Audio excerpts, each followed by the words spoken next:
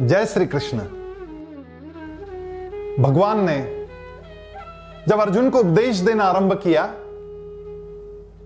तो अर्जुन की जो अवस्था थी वो आप लोगों को पता है। वो बार बार भगवान से कह रहा था कि मैं चला जाता हूं, नहीं चाहिए मुझे ये सब कुछ, मुझे राज्य की भी आकांक्षा नहीं, मैं अपने प्राण त्याग कर देता हूं, चला जाता हूं, मैं यहां से संन्यास ले लेता हूं, मुझे नहीं करना है ये युद्ध।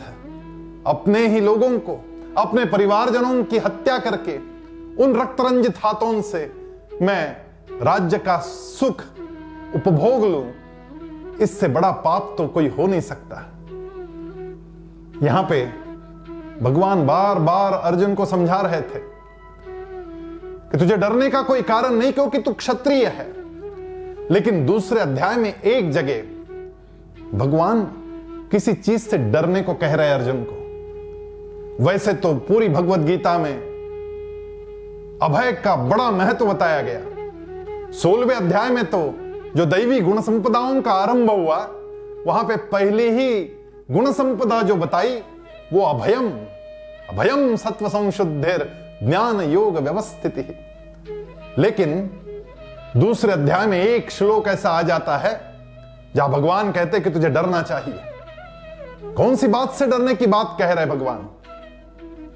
भगवान कह रहे अकीर्तिम चापि भूतानि कथयिष्यन्ति ते व्ययाम संभावितस्य चाकीर्तिर मरणादतिरिच्यते।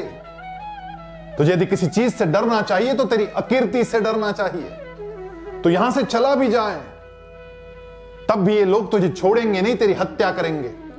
और तू किसी तरह से बच के भाग भी जाए तो अकीर्ति, तेरी अपकीर्ति तेरा पीछा नहीं छोड़ेगी। ये इतिहास लिखा जाएगा कि अर्जुन भगोड़ा था, वो भाग गया। ये कोई नहीं जानेगा कि उसके मन में क्या था। ये कोई नहीं जानेगा कि वो अपने परिवार को बचा रहना देना चाहता था। लेकिन बात यही लिखी जाएगी कि अर्जुन युद्ध से पलायन करके भाग गया।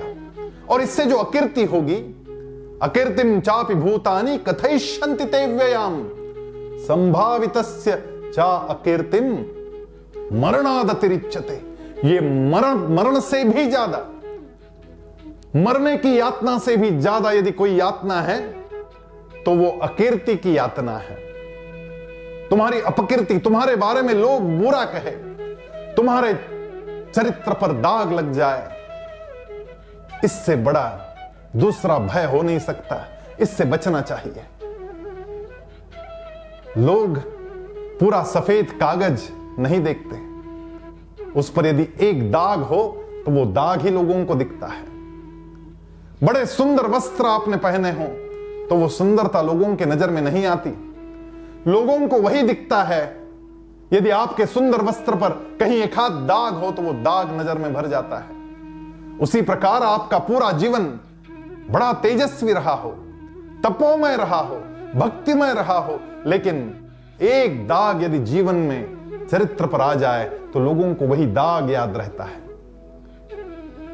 और इसका एक सुंदर उदाहरण हमें अपने ग्रंथों में देखने मिलता है। रावण कितना प्रतापी था।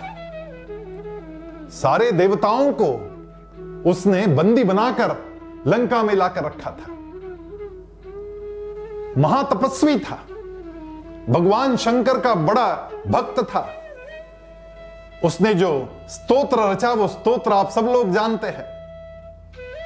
जटा कटा संभ्रम भ्रमण्य लिंप निर्झरी विलोल बीच वल्लरी विराजमान मूर्धनि धगत धगत धगज्वल लाट पट्ट पावके किशोर चंद्रशेखरे रति प्रतिक्षणम मम।